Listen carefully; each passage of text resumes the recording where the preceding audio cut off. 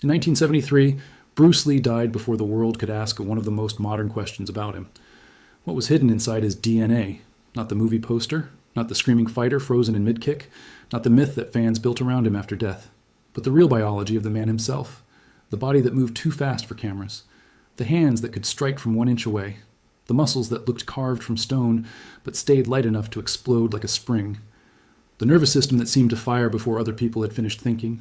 For decades, people tried to explain Bruce Lee with simple words: talent, discipline, kung fu, genius.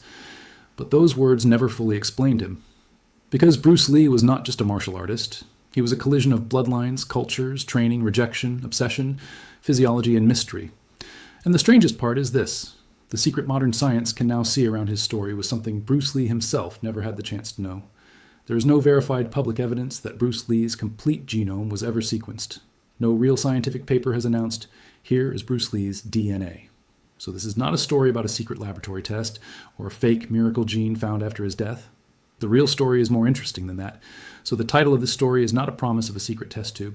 It is a question about a man who became famous before the age of personal genomics. Today, ordinary people can send saliva to a lab and learn clues about ancestry, traits, and health risks. Bruce Lee, one of the most analyzed bodies in modern pop culture, never had that chance. The world studied his films frame by frame, but not his cells. It is about what modern genetics, ancestry research, sports science, and medical investigation reveal about a man who lived before these tools existed. Bruce Lee spent his life searching for truth in movement. He tested punches, diets, training methods, breathing, reaction time, weightlifting, philosophy, and pain. He studied the human body like a machine, but he died before science could study the deepest code inside that machine. And inside that missing code may be the most misunderstood part of his legend. Because the first secret of Bruce Lee's DNA was not speed, it was identity. Most people in America grew up with one simple picture of Bruce Lee, the Chinese martial arts icon, the man who brought kung fu to the world, the face of Asian strength in Hollywood, the fighter who broke through a wall of stereotypes. That picture is true, but it is not complete. Bruce Lee was born in San Francisco in 1940, while his father was touring with a Cantonese opera company. He was raised in Hong Kong. His father, Lee Hoi Chuen, was a respected Cantonese opera performer. His mother, Grace Ho, came from one of Hong Kong's wealthy and powerful families. And Grace Ho's ancestry was not simple. For years, many biographies said she was half Chinese and half German. Many fans repeated that as fact. But later, family research complicated the story. Some records and testimony suggest that Grace Ho's European ancestry may have been English rather than German. Other accounts describe it more generally as Caucasian. What is clear is that Bruce Lee's mother came from a mixed Eurasian background. That means the man millions of people saw as the pure symbol of Chinese martial power carried a bloodline that crossed racial and cultural borders long before he ever stepped into Hollywood. But before Hollywood tried to limit him, tradition had already tried to limit him. According to accounts from his martial arts life, Bruce Lee's mixed ancestry created tension in the Wing Chun world. Some students reportedly objected when they discovered he was not considered fully Chinese. In a traditional environment where martial knowledge was sometimes guarded by lineage, ethnicity, and loyalty, the young Bruce became a problem. He was fast, he was hungry, he was talented, but to some people, his blood made him an outsider. Before Bruce Lee became the man who broke racial barriers on screen, he was already facing a barrier inside the martial arts world itself. Not because he lacked ability, not because he lacked discipline, but because his ancestry did not fit someone else's idea of purity. And that may be one of the most important hidden forces in his life. Because Bruce Lee later built a martial philosophy that rejected fixed categories. He did not want a style that trapped the body. He did not want a system that forced a living person into a dead pattern. He created Jeet Kune Do, a way of fighting that used what worked and discarded what did not. His famous idea was simple but dangerous to tradition. Use no way as way.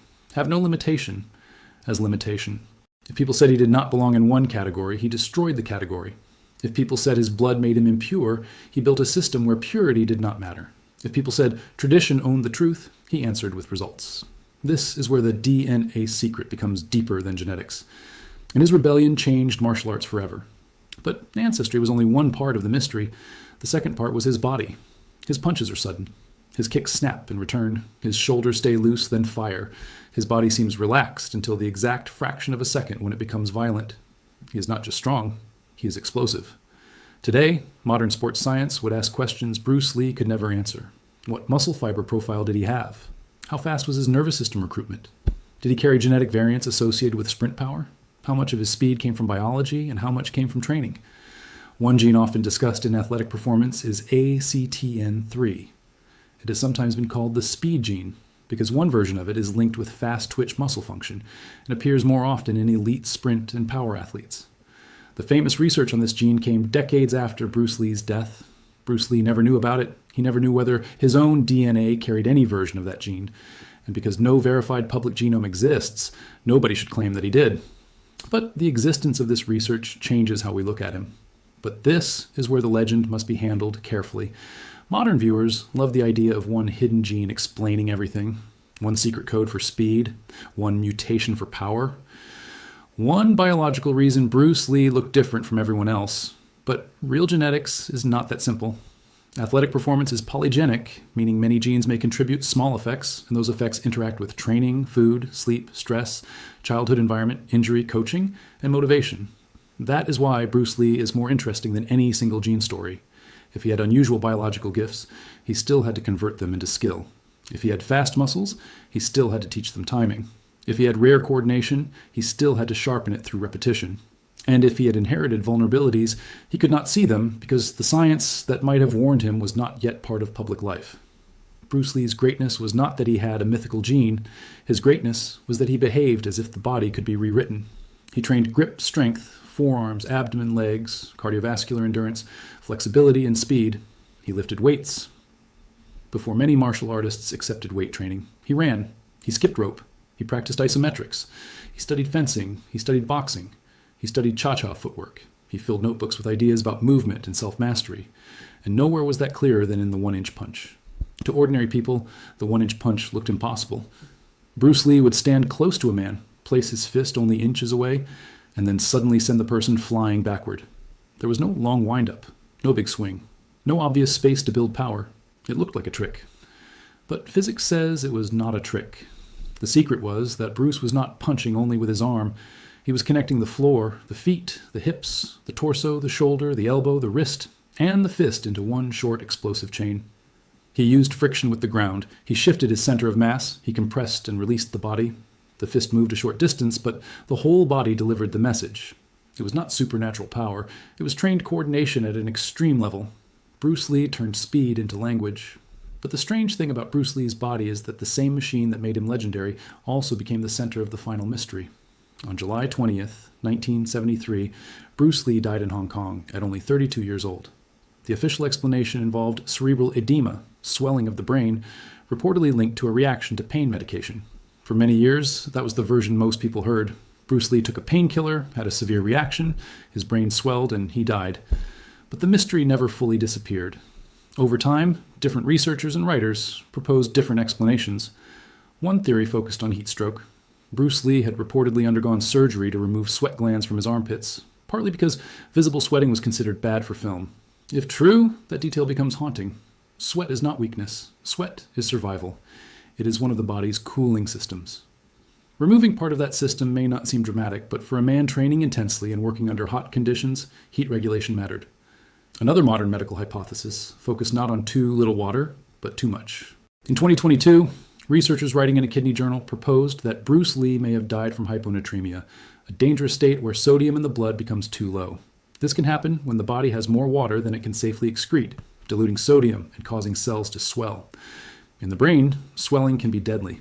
The researchers pointed to several possible risk factors: high fluid intake, diet, exercise, medication, alcohol, cannabis use that could increase thirst, and possible kidney stress.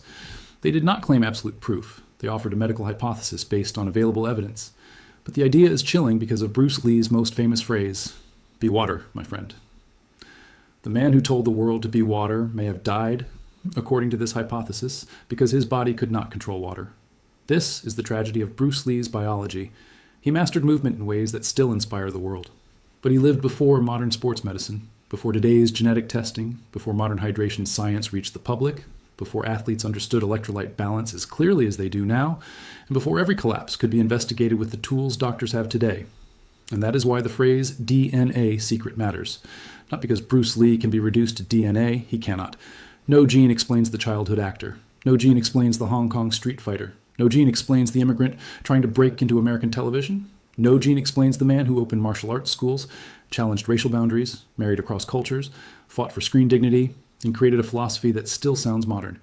But DNA can change the way we understand the myth. It tells us that Bruce Lee was never one simple thing. He was Chinese, but also Eurasian, American-born, but Hong Kong-raised, a traditional martial artist, but a destroyer of tradition, a movie star, but also a philosopher, a physical specimen, but also medically vulnerable, a man celebrated for control, yet finally taken by something inside the body that no punch could reach. And maybe that is the real secret he never knew. But the real Bruce Lee was built from things no camera could capture. Ancestry that crossed borders, a mother's hidden European line, a young man's rejection by people who thought blood should decide belonging, a nervous system trained until reaction became instinct, a philosophy born from being told what he was not allowed to be, a body pushed so hard it became both weapon and warning. And his life proved something modern genetics also teaches in a different language. Inheritance is real, but it is not destiny. Bruce Lee did not know the exact map of his DNA.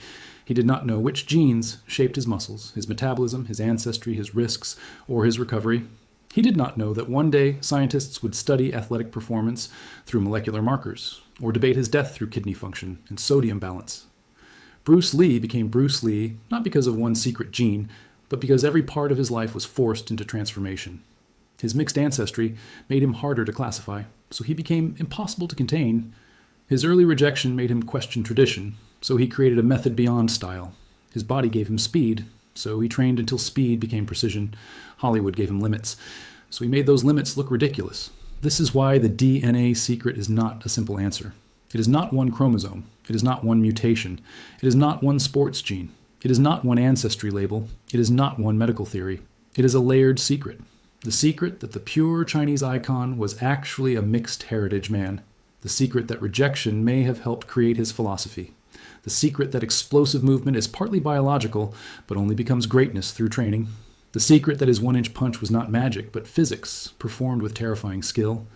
The secret that the body he mastered still contained vulnerabilities he could not see.